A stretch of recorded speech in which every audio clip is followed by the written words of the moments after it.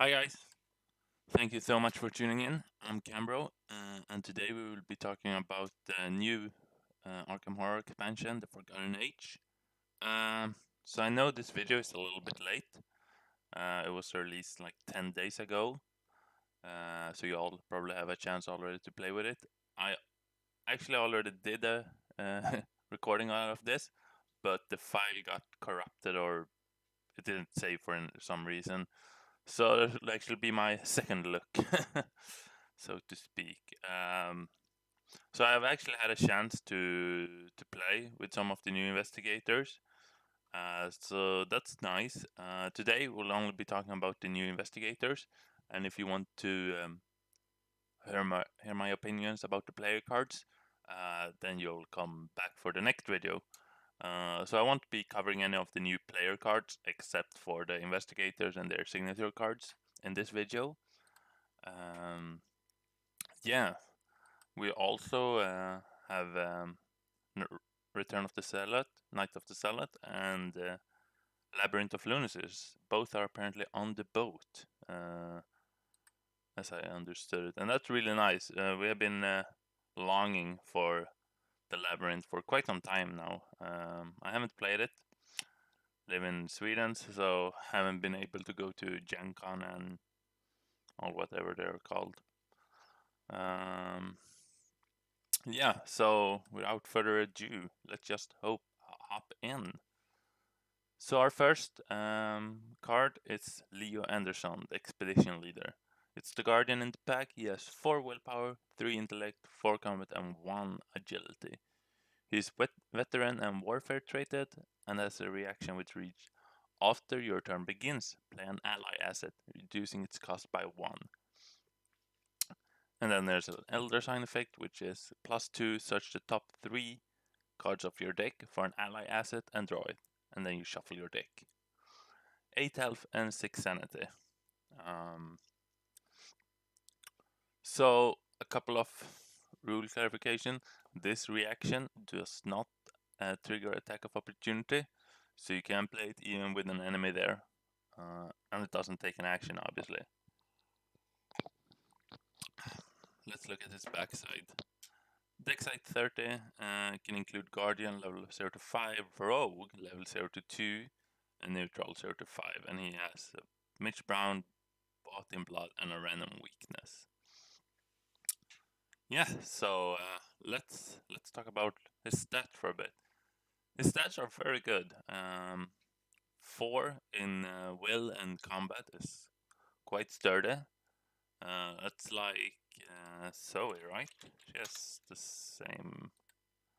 Yeah, Zoe has the same, but he has 1 more pip in intellect compared to Zoe, and I think that really adds up. Having 1 in 1 stat isn't the worst, because even if you have 2, you barely ever rely on it. So having 1 is actually better, so another stats can go up. Quite solid stat line. However, if you get trapped with an enemy and doesn't have your weapon, you can't do much. You'll just have to fight your way out with a normal fight action. Yeah. So let's look at this signature cards and then some cards you might like. So this is Mitch Brown. It's an ally asset. 2 wild pip icons.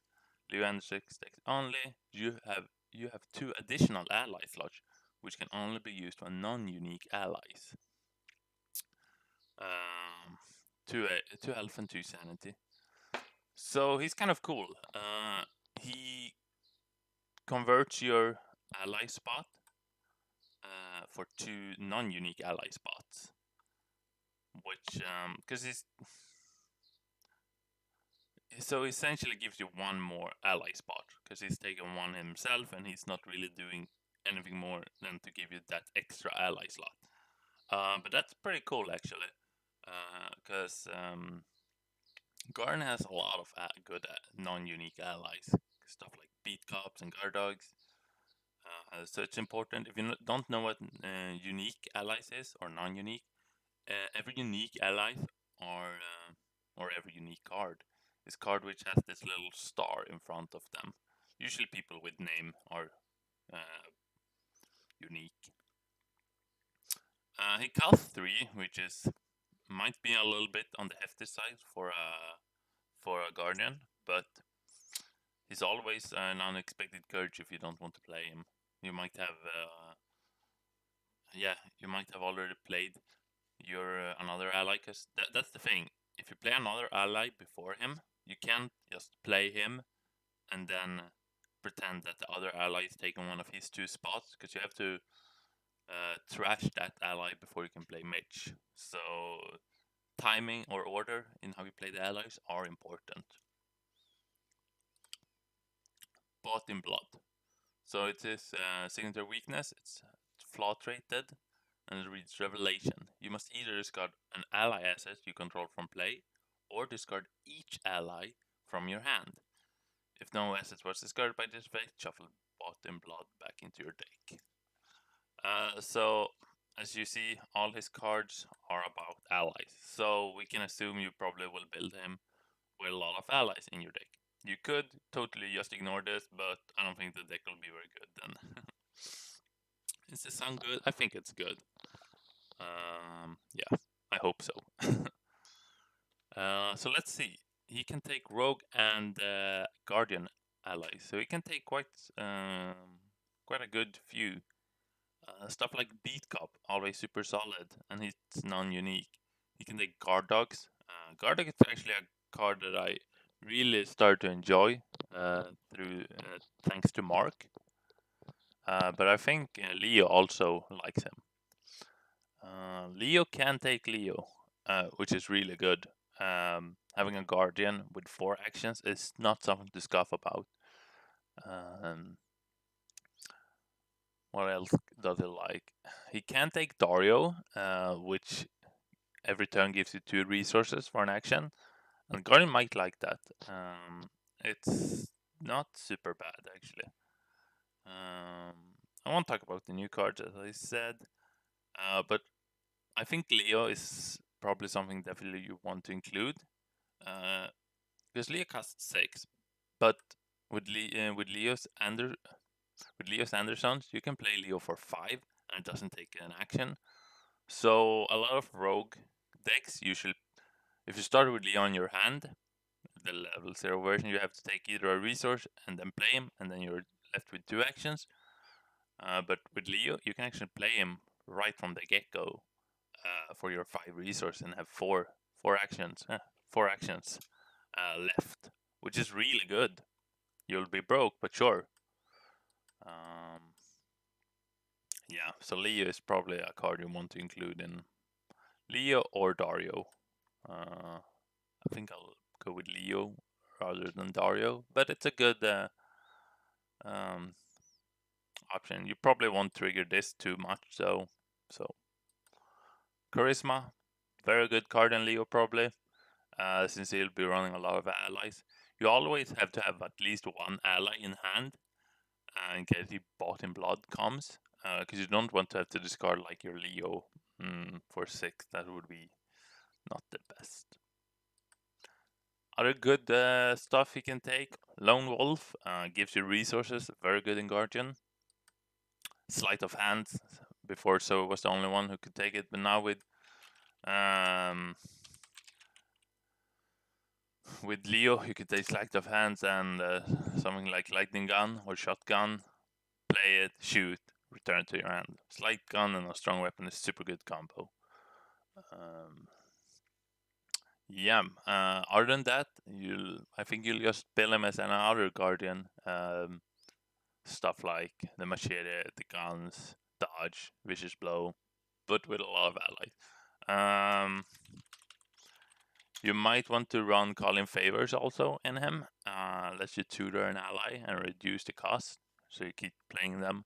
It's a good way to refill your beat cups, level 2's health and the guard dog's health and stuff like that.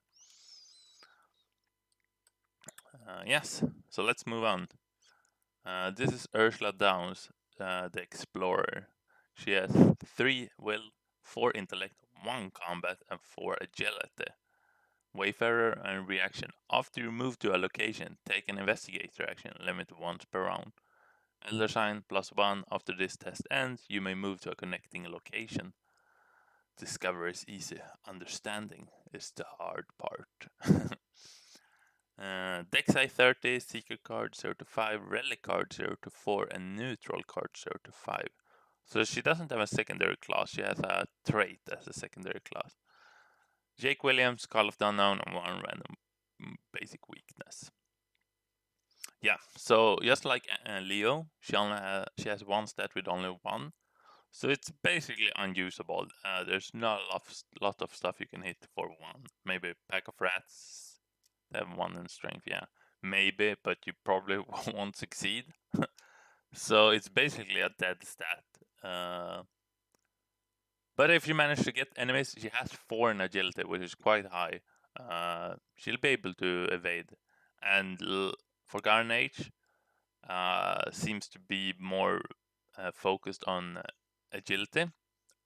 So she's well prepared for that.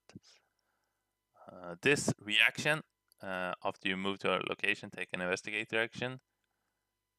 You can, you don't have to take the basic action. We'll come back to that after her signature cards, though. Actually, let's talk about them immediately. So her signature card is Jake Williams. It's another ally, cost 3 as well, and has a willpower, has an intellect and a wild pip icon. Ursula downs deck only. The first move or investigator action you perform each turn does not provoke attack of opportunity. And the reaction, after you reveal a location or put a new location into play, exhaust Jake Williams and draw 1 card. So it's kind of interesting. Ursula is one of the investigators I have seen in action. Leo was the other. And he has 3 health and 2 sanity also. This, at least in Forgotten Age, triggers a lot. Because you keep putting a new location into play all the time. But also, every time you flip a location, it will trigger. So almost every scenario, you reveal locations. So it will trigger quite some times, actually, if you get it down before, though. It's still quite a good health and sanity. Soak, 3-2. That's quite a lot. That's like Duke, right? Or is Duke 2-3? No, I think it's like Duke. So yeah, this first ability, you can move or investigate and not trigger attack of opportunity. It's quite good. If you have something like a massive enemy, that can be hard sometimes to get away from there. But Ursula or Jake, with Jake can just walk out of there and it won't hit you. Or if you just need like one final clue and there's a boss at that location, you can just scoop it right up.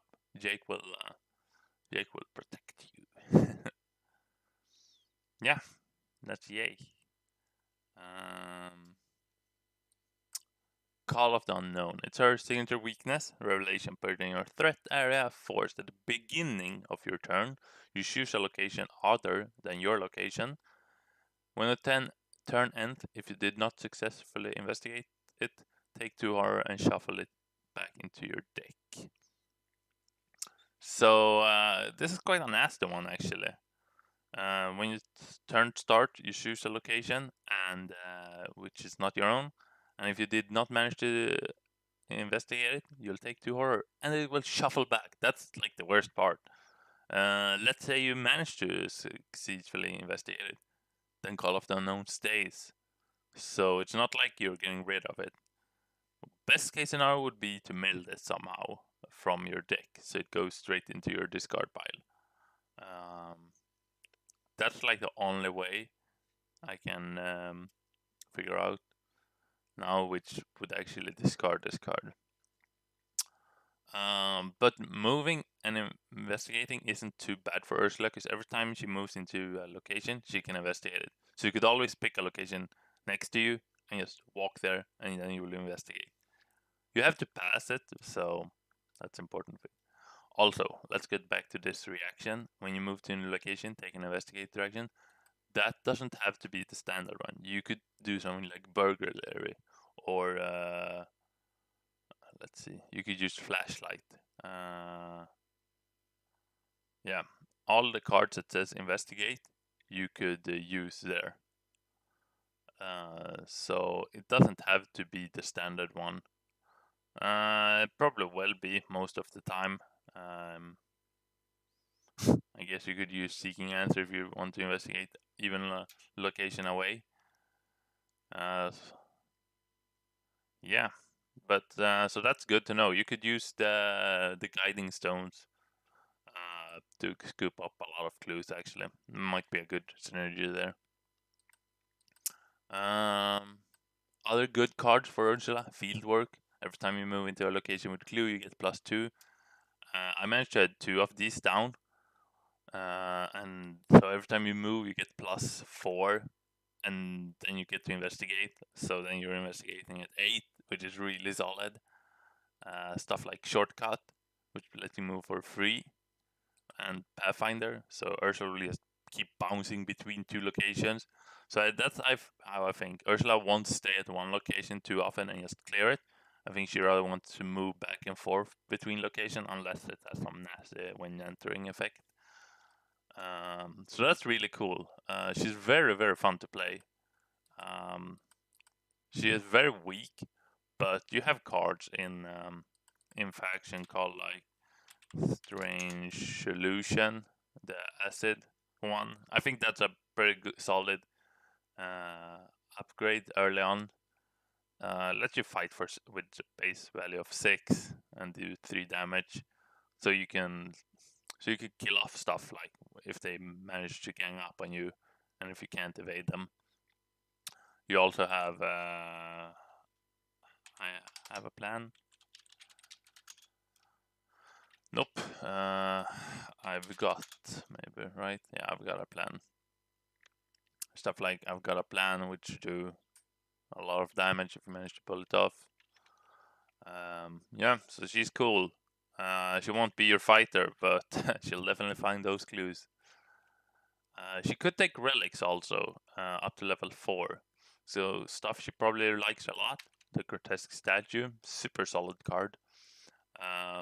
She can take the pocket watch, because it's level 4, even though it costs 8 to include. I think those are like the 2 biggest ones she'll actually care about. She can't take the armor of Ardens, which would have been super nice for her, but she can't take it. She can take the Yule of Arelios. I don't know how good it is for her though. I think you want to keep this in Mystic though. But that's cool. Every time we get a new relic, we have to what is it called? See how good it is for Ursula. I've already lost her. I probably should close some of these tabs also. I keep having them up. Yeah, so Ursula is really cool. She's very flexible. Let's continue. This is Fenn Edwards, the Bootlegger. He has 1 willpower, 4 intellect, 3 combat, and 4 agility. Criminal traded and reads: you may take an additional action during your turn, which can only be used to evade. Elder Sign +1 for each exhausted enemy in play. If you succeed by 2 or more, you may discover 1 clue at your location. Now I've lost tracks of the exit or the merchants. 7 health and 7 sanity. Also, quick note with Ursula's reaction, it will trigger attack of opportunity, so think about that. Unless you have your ally. And Dexite 30, illicit card 0 to 5, row card 0 to 3, so not 5. Neutral 0 to 5 and up to 5 level 0 seeker and or survivor cards. Whew, that's a lot of information. So I think we'll start with his stats. Like Ursula and Leo, he only has 1 in stat, and this is willpower. it's not the best stat to have 0 win. We all know Skid, and how Skid was almost like unplayable in the beginning due to his low willpower. And Finn is even worse. He has 1. So this is basically saying every time you draw a willpower test on a treachery card, you'll just fail it. If willpower is the only thing. Stuff like rotting remains. Rotting will probably deal him 3 horror most of the time. So you want ways to evade that. And there are ways to evade that. We'll come into that later. Sorry, I have to drink some water.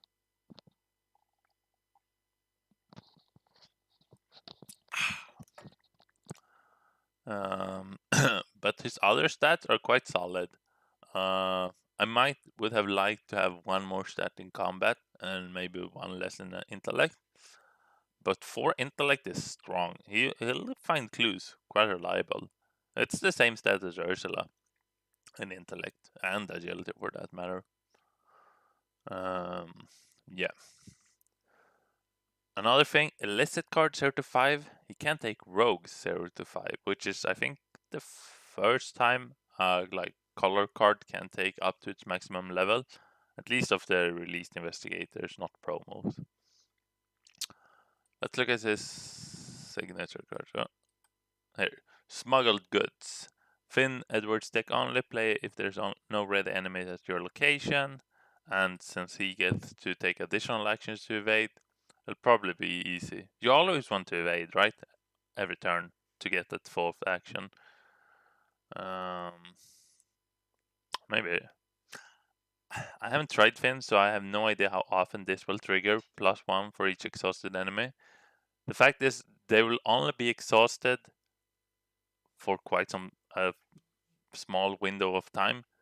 Because if they ready after you have exhausted them. Like in the Mythos Fate, they will always be ready. So this will always be +0 in the Mythos Fate, unless you play something like Bear Trap or something weird like that. But most of the time, this will be +0. So if you exceed by 2, you won't get that clue. So I don't know how often this will trigger. It's a good Elder Sign. But yeah, I didn't talk about the other Elder Signs, did I? I didn't. But I mean, they're very self-explanatory. They're very, very good. Find allies, move, super solid. I love Elder Signs, which has an something that does something, even if you like succeed at a random test, which had no significance. I'm very unstructured today, I feel. So let's look at this signature. Smuggle goods. It's an event cost 0/1 wild pip icon. Play only if there's no ready enemies at your location. Search either your discard pile or the top 9 card of your deck for an illicit card and draw it. If you search your deck, shuffle smuggled goods into your deck. So this is tutoring for illicit cards. Actually, it's tutoring and recursion, or recursion, I would say, which seems very good. You probably want to hit your deck a couple of times to speed up you getting set up. Because if you search your deck, the smuggled goods will keep coming back, which seems strong. Not gonna lie. We'll look what kind of illicit cards you want to take, but let's continue for now. Finth Thrusty 38. Never leave home without it. So as you see, he has a secondary signature card, which is almost no Mark had that as well. So it costs 2, has a agility and a wild pip. Finn's deck only, fast, uses 3 ammo, and you can spend an ammo to fight. You get +2 combat, and if you're not engaged with it, it deals +1 damage. So it's very cool. It's cheap, it's fast. So if you have an enemy on you, You could evade it with your extra action. You play this with fast, and then you shoot it and deals 2 damage because it's not engaged with you since you evaded it. Yeah, it only has 3 ammo, but it's super cheap, and two resource, no action to play. Seems really good actually. It won't be your primary weapon, obviously, but it's a good little gun. Caught red-handed. It's a treachery, blunder traded, which I think is a new one. Might be another one. I don't think so. Revelation. Ready each enemy at your location or a connecting location. Each hunter enemy at the connecting location moves 1 location towards you. If no enemy moved as a result of this effect, shuffle card red hand back into your deck. So you choose either your location or a connecting location, and all enemies at a connecting location move.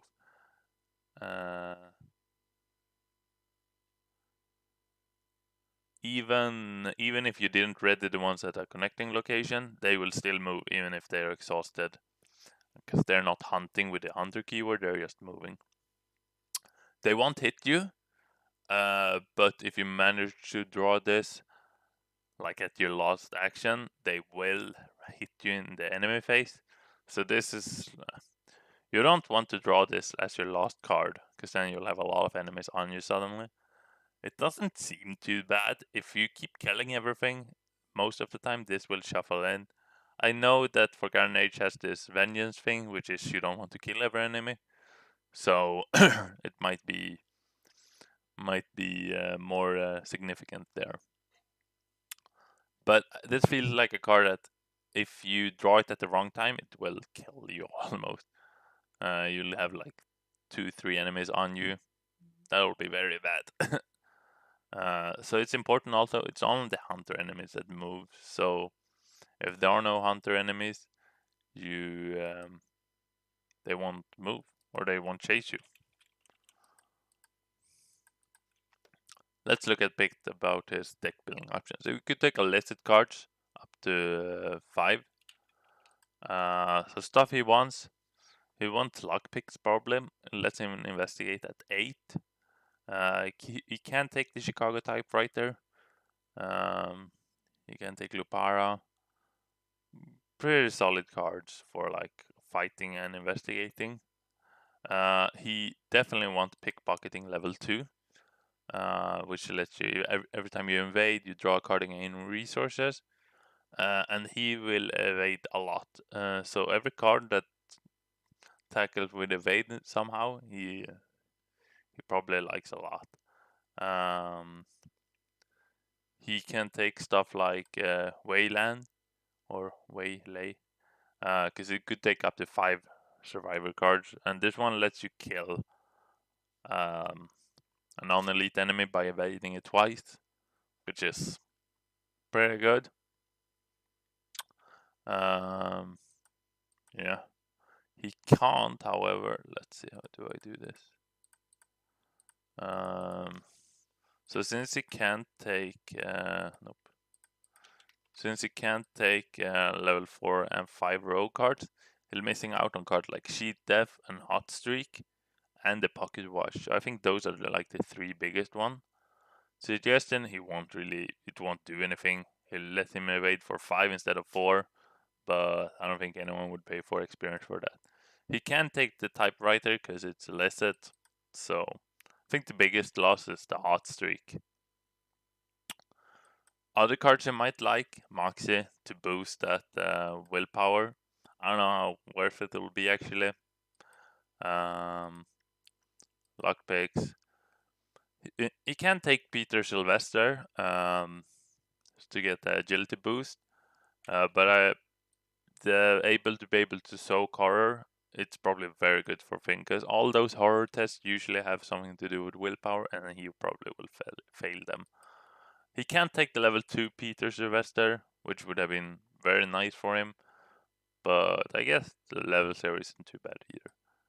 He could take Dario to get money and willpower and intellect boost might be okay, since he can't take hot streak, so this might be a good resource engine. Also, as all allies in Rogue, he can take Leo, so as always, Leo might be just a better option, because Leo is fantastic. Yeah, Finn. With the smuggle goods, you can find stuff like the lockpicks. You probably want to find them ASAP. So, oh, had to sneeze almost. Sorry about that. He looks interesting. Not the easiest to play. Let's continue. I have to drink up water.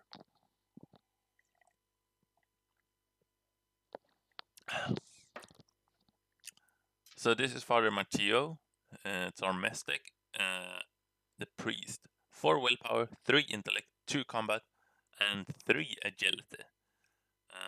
As believer and warrant rated, and a reaction. After an investigator revealed the auto fail token, cancel that token and treat it as the Elder Sign token instead. Limit once per game. Elder Sign effect, you automatically succeed after this test ends. Either choose to draw 1 card in game or if it's your turn, you may take an additional action this turn. And he has 6 health and 8 sanity. And backside reads deck side 30, mystic card 0 to 5, blessed card 0 to 3, and neutral card 0 to 5. Must take the Coders of Ages, Serpent of Yeek, and 1 random weakness. Bonus experience, so this is something new. You begin the campaign with 5 additional experience. So that's pretty cool. He starts with experience in his deck immediately. And 5 is not too shabby, actually. So his stat is nothing super special. He doesn't have a 1 in one of them like the other 3 have. I could, 2 in combat, not the best, but there are some cards he might take which can help that.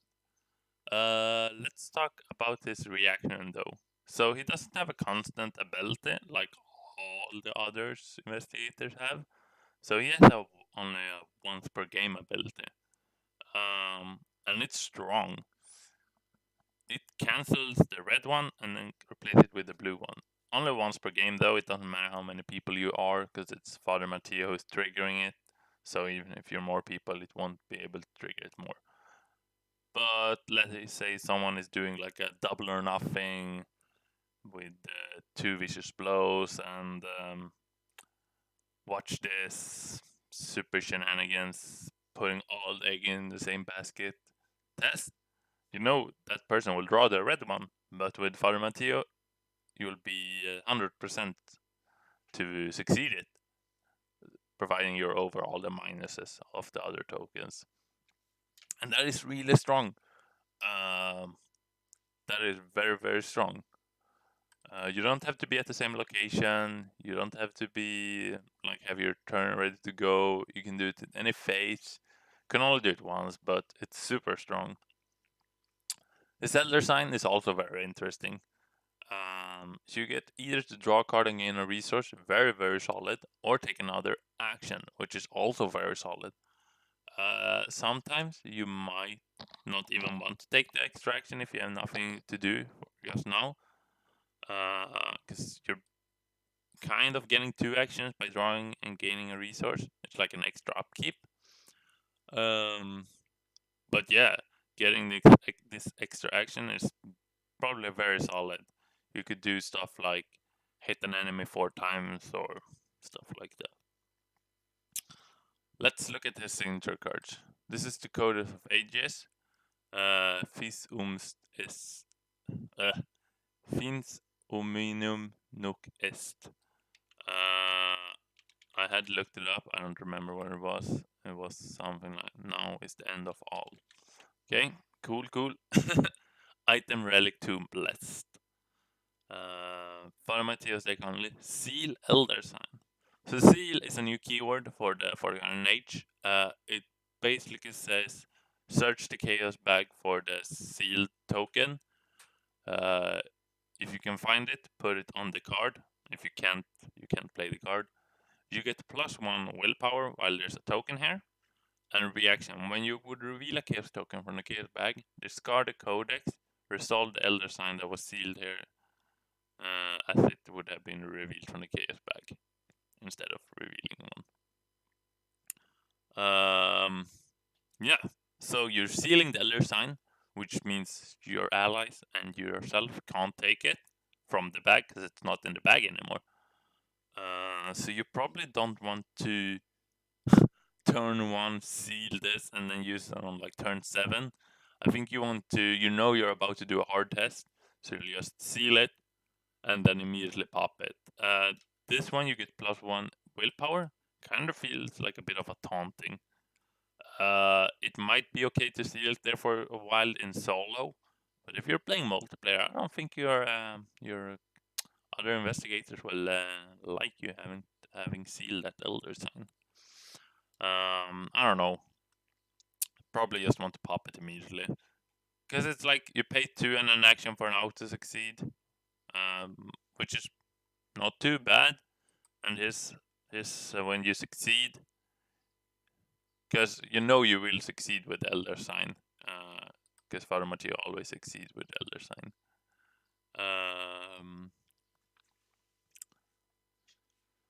So yeah, that's pretty cool. You don't have to be like, you could do a super hard test because you will succeed it, and then you get to get another action or cards or money. So it's a cool card.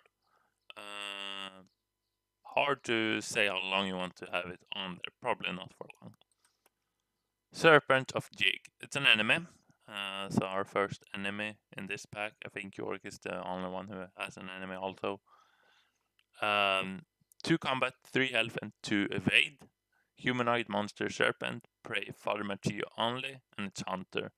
So once again, prey with a specific person. It's like it's having aloof for all the other investigators. They can engage it though. So revelation: search the bag, chaos bag for the elder sign and seal it on Serpent of Jig. So this is interesting. If you have the codex out already, you will search the bag, but you won't find it. However, if the serpent is first, you can't play the codex because you can't seal anything that's not in the bag. You can't play the card. So his elder sign, or his signature card and signature weakness, are kind of like opposites of each other, which is cool. This enemy is something I think everyone in the group wants to kill ASAP. He has 3 health, which can be a bit clunky. Shivering won't kill it, so you have to spend 2 charges on it. Not much to say otherwise about this guy.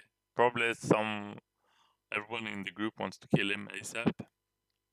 So let's look though at the bonus experience, because it can include 5 experience from the get-go. So you could go like a Seal of Elder Sign to have another succeed way. So Father Mateo will have like red one, his codex, and the seal. All of them will succeed. You could go like a level 5 Shivering right from the start, and you'll do 3 damage. Pretty strong. You could go something like oops, probably should have a 0 here, right? You could go something like Spirit Ateme, which gives you +2 fight, so you'll be fighting at 4, you'll only do 1 damage, but that's quite okay.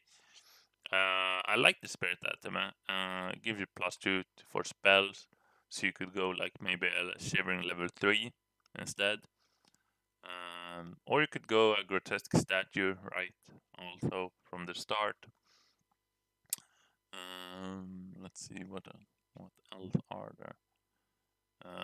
If you're designated Seek Cleaver, you could go Rite of Seeking level 4. You probably want to do that if you're playing 3-player then, because you get 3 clues with this, so in 3 players, the clues will always be in group of 3, so that's good. Yeah. Very, very cool. Not much to say about Father otherwise. There aren't any blessed cards. There's one in the new player cards, but that's a mystic card, so you would be able to take it anyway. Okay, our last guy.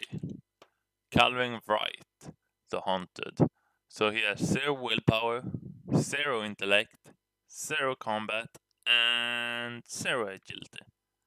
He's cursed and he's a drifter. And it reads you get +1 willpower and +1 intellect for each horror on you. You get +1 combat and +1 agility for each damage on you. Elder Sign. You may either heal 1 damage or horror or take 1 direct horror or direct damage in the other way. 6 health and 6 sanity. So he's very, very interesting. I think it was actually released like his preview on the 1st of April. Or it was close to that at least. So yeah. His deck side is 30. He can take Survivor 0-5, Spirit 0-3, and Neutral card 0-5. Deck requirement until the end, and Voice of the Messenger. Yeah, so his stats are, well, they're not very good, but for each horror and for each damage, they will increase. So to a maximum of 5 in every stats, which is by far the best. Yeah, so at the beginning of the game, you probably just want to take damage and horror to increase. And also, a thing I realized right now is this Elder Sign triggers even if you don't succeed, which you probably want in the beginning. +0 is not too nice though, but healing or taking damage in the beginning is nice. So he's very interesting because you want to have damage on him. So yeah, let's look at this intro card. Until the end of time, it's an asset. Cost 1, combat and wild pip. 2 health, 2 sanity.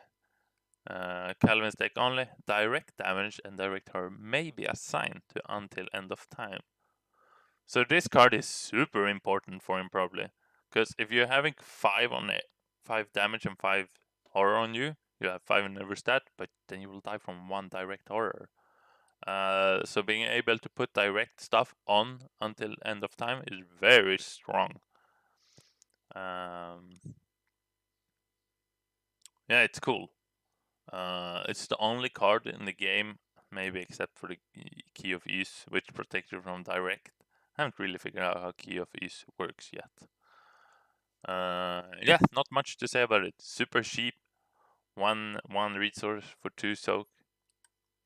This is not the right one. This is. Right? Yeah. So this is the Voice of Messenger.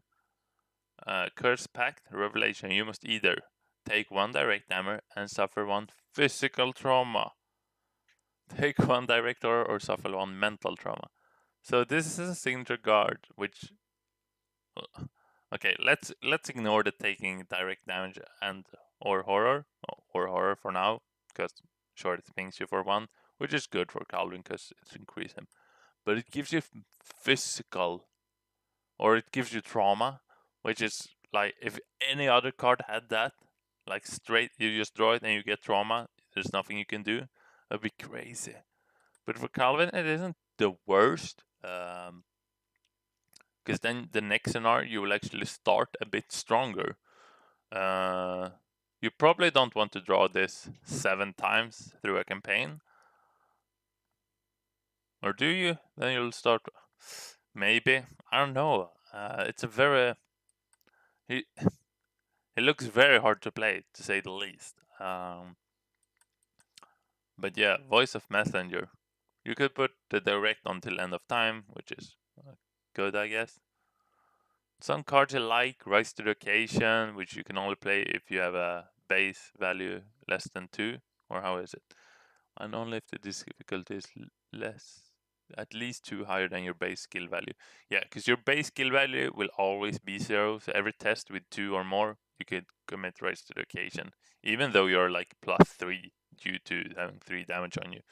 Your base is still 0. Fight or Flight, another card which reads exactly like this part.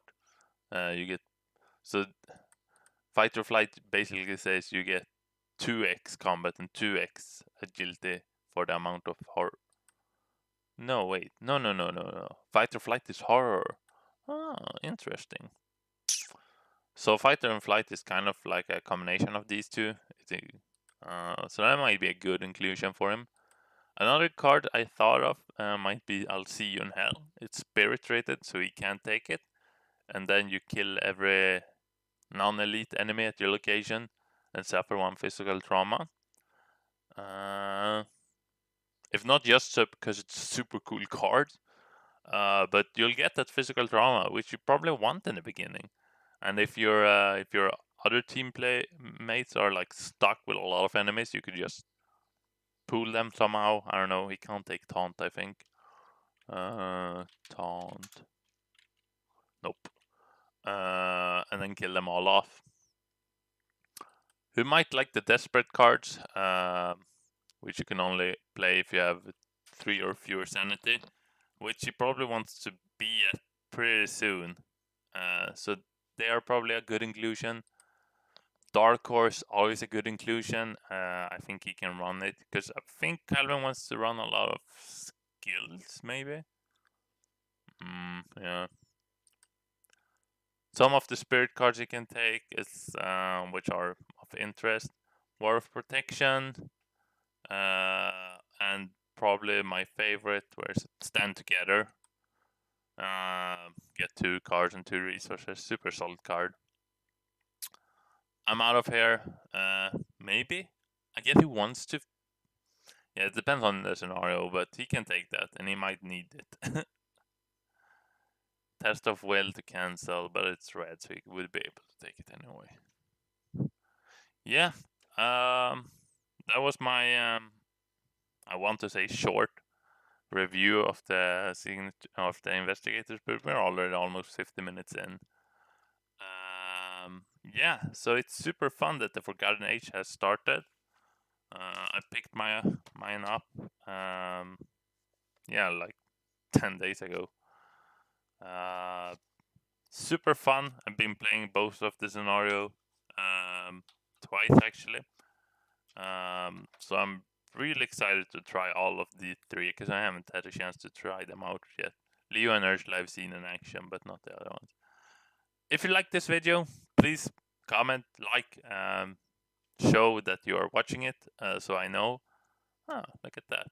All the signature cards are kind of nice lined up.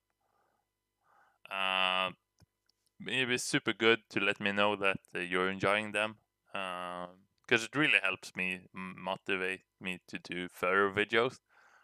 I was, as I said, not very motivated to do this video since I had already recorded it once. So hopefully it works now. Otherwise, I'll just